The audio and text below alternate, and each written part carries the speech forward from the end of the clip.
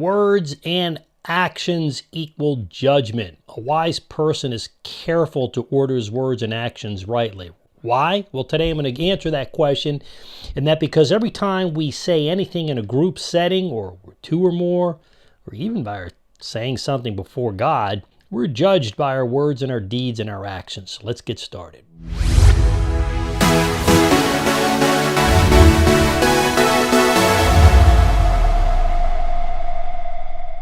Hey everybody, welcome back to Reasons for Truth. I'm your host, Stevie Garofalo. Reason for Truth. Truth comes first. Reasons come last. Always and constantly learning, because we stop learning, we stop teaching. At least stop teaching well. Let me tell you something. Words can be good. It's not all bad. When you use good words, God's pleased and other people are edified. But we use bad words, well, quite the opposite. But every time you and I speak or hear someone else speak, what exactly is taking place? That's what I want to talk about. The answer in raw form is the dissemination or accurate information, maybe gossip, disinformation, or in one form or the other. It could also be to bless other people, right? Either way, humans speak as a primary vehicle for sharing our thoughts and feelings. And in short, human talk is the effort to influence other people or persons to get something done, get something from another person, to help another person, to edify a person. You know, one thing I don't see a lot today, I don't see a lot of people just helping other people. People like to take, but I find very few people like to give. And some people don't have it to give, but I think a lot of people, you know what, they just want to keep as many shekels as they have. I see that in young and old people. It's amazing. But then there are some who give very generously. Now I want to give you an example, going to our original point. When a family, for example, or friends, they confront a drug-addicted loved one to intervene. Well, how do they do that? They start off by verbal speak for a loved one, telling them that they need to make serious change in their life and stop using drugs. When a couples get married, what do? They make verbal, right? That's much more, but they verbally communicate their wedding vows with one another, verbally promising to do, making, right, a covenant, marriage covenant, to do very specific things for the rest of their earthly life. That's a pretty tough thing. They do that before God and before family and their friends and others. The same is true when nations rally its citizens, when companies motivate their salespeople, right? And when parents discipline or reward their children for doing something in life or in school. It's always involving speaking verbally. The one's words have a lot of power in the life of others and in our own. Taking physical action, right? Simply put, words and deeds are kind of first principle of all other things. The big elephant in the room I want to address today is what is being communicated. Why is it being communicated? And in the end, what is the goal in light of one's words and actions, both good and bad? Well, by good or bad, I mean we could use our words and actions again to for God's good. We could use it for bad and evil. But to help answer the question, I want to go back to the old prophet Isaiah, who said in Isaiah 3:8, he said this: "For Jerusalem has stumbled and Judah has fallen because their speech and their deeds are against the Lord, defying his glorious presence." What the heck is Isaiah talking about here? Two things I would submit: words and deeds. He's speaking about people's tongue and their actions that show their arrogance against God here. What the people found out the hard way is that God didn't then, and he doesn't now, tolerate human arrogance for very long. He doesn't tolerate arrogance, rebellion, or actions or words that defy him. That's why I think I keep going back to the opening ceremony at the Olympics 2024 France. I think a red line was crossed. Different episode if you haven't seen that. I don't know which one I put up first, but I'm telling you, at a certain point, God doesn't have it anymore. Just pull up the popcorn and watch. If people, listen, widespread rebellion and arrogance against God, against using words, very powerful. We could also lift up God's truth. How wonderful. The good news is that for the wicked will eat the fruit of their actions, so will the righteous eat the fruit of their actions. Verses 10 and 11. Good news for the faithfuls.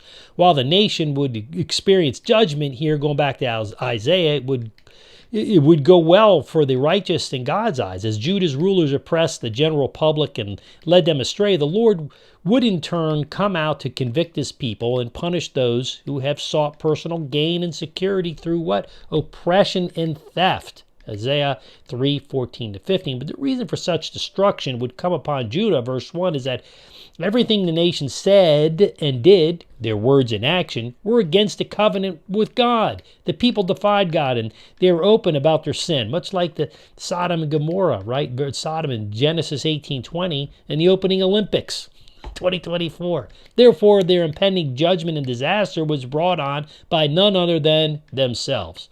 Oi! I grew up with a lot of Jewish people in the area that I lived in. Oy vey, they used to say. Oh my gosh. Really, oh my God. Probably the vey is not good. Oi! Growing up around Jewish people, I heard that a lot. And so what is the word? What did it mean, really? Well, it means the word oi, it turns out, is a Hebrew term for distress. Like, oh. So I love Yiddish because it says, you can't get when you say things in Yiddish, you just can't get them in the English language. Like, oi, it has emotion to it, depth. In the Bible, it's also a response to the threatening voice, oi, that is, in the face of present or oncoming disaster. The book of Isaiah includes 22 occurrences of the word oi, or its companion, hoi with an H, which means whoa. This is more than in any other prophetic book. But in application, when I look at the immoral opening ceremony of the Summer Olympics in Paris, I keep going back to that on July 2024, portraying the biblical scenes of Jesus and the 12 apostles sharing the last meal before the crucifixion. Here today in 2024, featuring drag queens as the Last Supper with a transgender individual, naked singer who would be appearing naked as the Greek god Dionysus. It's abundantly apparent that there's more people who fail to be careful and order their words and their actions rightly. God's going to respond to that. I promise you that. Their words and actions went to the fullest extent they could to do what? Promote evil. First, in the face of God, and second, in the face of Christians in the entire world. Even Muslims were offended. It's, they're not even Christians. It was the Last Supper, right? I mean, golly, watching the Olympics around the world, it was just defiled to anybody with any kind of moral, compass. Well, yes, they did offend Christians, but also, as I said before in another episode, the president of Turkey, he's a Muslim. And he said he was offended. He said, man, everybody should be offended. I'm sure the Hindus were offended. While the Olympic organizers sought to offend, mock, and disrespect God in his face, they failed to understand that the actions and words do not go unanswered. It doesn't work that way. Why? Because God, anytime we say anything in a group setting, by ourselves, in a small setting, God takes note. There's a difference between saying something and then saying something to the whole world. Billions of people offending them. That's a different story. And when you attack God directly, man, that's on you. I'm going to get away from you and let you go do that. We shouldn't be going to the Olympics. Should be boycotting the Olympics. Should be not watching it. And if you do, make sure you don't go there. Let's visit the word Isaiah, who says in chapter 3, verse 8, he says this, for Jerusalem has stumbled and Judah has fallen. Why? Because their speech and their deeds are against the Lord. I feel like this old church lady. This is just biblical, folks. I think it's safe to say that France, certainly, the Olympic Committee for sure, and America in great part, and the West, including many liberal, accommodating churches, have stumbled and fallen. Why? Because of their speech, their evil deeds, and their bad actions. This includes the accommodation of sin in liberal churches, which are against the Lord and His Word.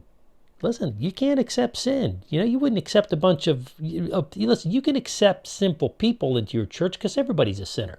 But you don't accept the behavior as acceptable. My only advice to all of us is to say, oi, or hoi, and step out of the way between the depraved Olympic planners, the ungodly rulers, business leaders, and the governmental leaders who do bad things. Step away from them. Don't accommodate it. Don't accommodate a good church. Certainly don't tithe at a church that is propagating evil or accommodating evil. Simply put, it'd be wise to get out of God's way and allow Him to judge. I want you to get a handle on this one. For myself, only 2 words come to mind. You know what they are. When I think of this, and I think the Olympics, and I think of the current world, either oi or hoi. That's it.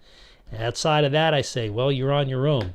I'm going to get in prayer. Then I'm not saying we should withdraw from the world, because we shouldn't. We should be in the world to make an impact.